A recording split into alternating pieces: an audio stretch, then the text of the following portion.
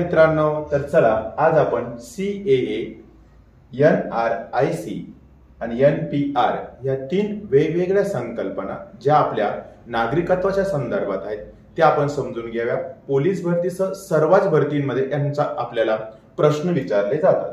त्यामध्ये सर्वप्रथम बघूया CAA हा कायदा जो आलेला आहे तर आपण नागरिकत्व दुरुस्ती विधेयक कधीच तर 2019 ला CAA हा कायदा आपण आलेला आहे। CAA कायदा सर्वप्रथम CAA कायद्याची अंमलबजावणी केव्हा झाली तर 11 मार्च, पक्क डोक्यात ठेवायचं, 11 मार्च 2024 रोजी CAA भारतामध्ये लागू झाला।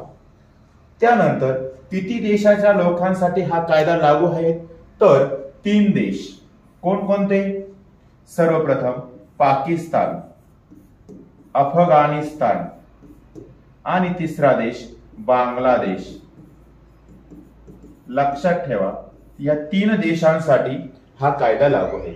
मग त्यामध्ये कोणकोणत्या धर्मांना लागू आहे तर यामध्ये आपण लक्षात ठेवा सर्वप्रथम मुस्लिम धर्म सोडून, कारण हे मुस्लिम बहुल देश आहे, धार्मिक देश आहे, भारत, पाकिस्तान, अफगाणिस्तान, बांगलादेश, ते सोडून तिथे पीडित लोकांसाठी हा कायदा लागू आहे। म्हणून तिथे धर्म कोणते? मग सर्वप्रथम हिंदू, ख्रिश्चन, लक्षात ठेवा बौद्ध,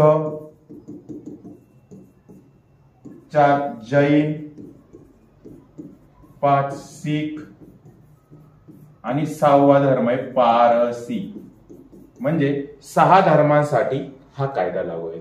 मग भारतामध्ये या धार्मिक लोकांनी किती वर्ष वास्तव्य असेल तर त्यांना हा कायदा अंतर्गत भारतीय नागरिकत्व मिळू शकतं तर वास्तव्य असायला पाहिजे त्यांचं 6 वर्षापासून।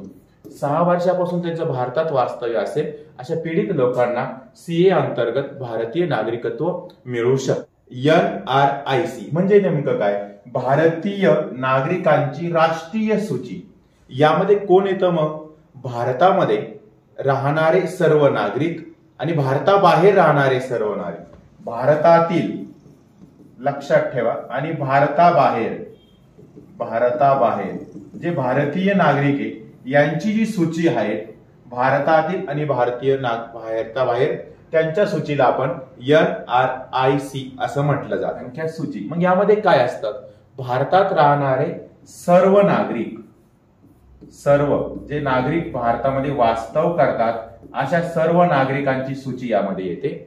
आणि जे 6 महिन्यापासून राहत आहे भारतामध्ये आणि पुढील 6 महिने राहणारे, पुढील 6 महिने जे राहणारे असे दोघेही नागरिकांचा यामध्ये समावेश होतो। यामध्ये परदेशी नागरिक सुद्धा असू शकतात। त्याला आपण NPR राष्ट्रीय लोकसंख्या सूची म्हणतो। धन्यवाद।